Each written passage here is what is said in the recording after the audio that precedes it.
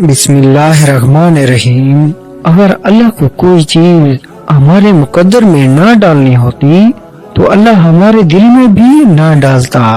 جب اللہ دل میں کوئی چیز ڈالتا ہے تو نصیب میں بھی کہیں نہ کہیں اس چیز کی جگہ ضرور لکھتا ہے۔ بار بار دل میں ایک ہی دعا کا خیال اتفاق تھوڑی ہو سکتا۔ ناممکن کے راستے نظر آنے کے باوجود دل میں ایک ممکن کی آس بلا اتفاق تھوڑی ہو سکتا ہے۔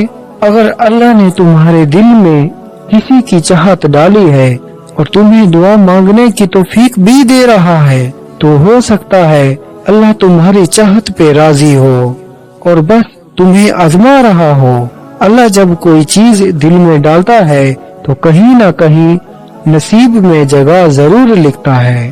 اللہ نہ چاہے تو تم چاہ بھی نہیں سکتے۔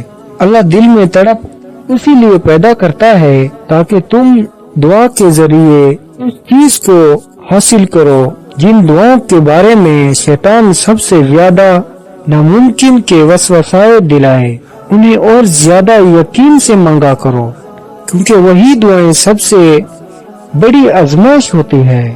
یقین کی آزمائش اور آزمائش پر پورا اترنے والوں کے لیے اللہ کے ہاں بہترین اجر کا وعدہ ہے۔ پتہ ہے شیطان تمہارے دل میں کب وسوسے ڈالتا ہے؟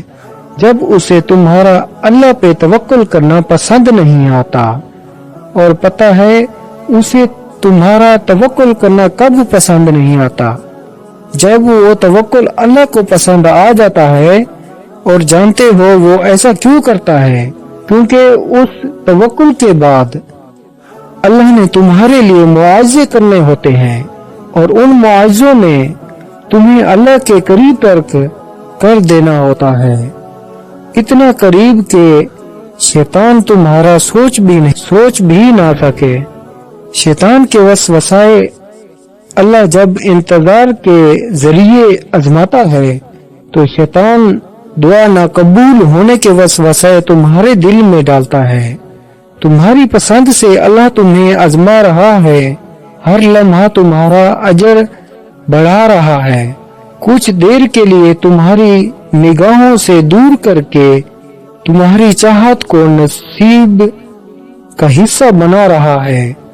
اللہ ذوالجلال کو محبت ہے بہت ہی زیادہ تم سے، تب ہی تو اپنے قرب سے وہ تمہیں نواز رہا ہے۔ تو اللہ کی رسی کو ہمیشہ تھامے رکھنا، جلد ہی اللہ تمہاری زندگی میں بہاریں لا رہا ہے۔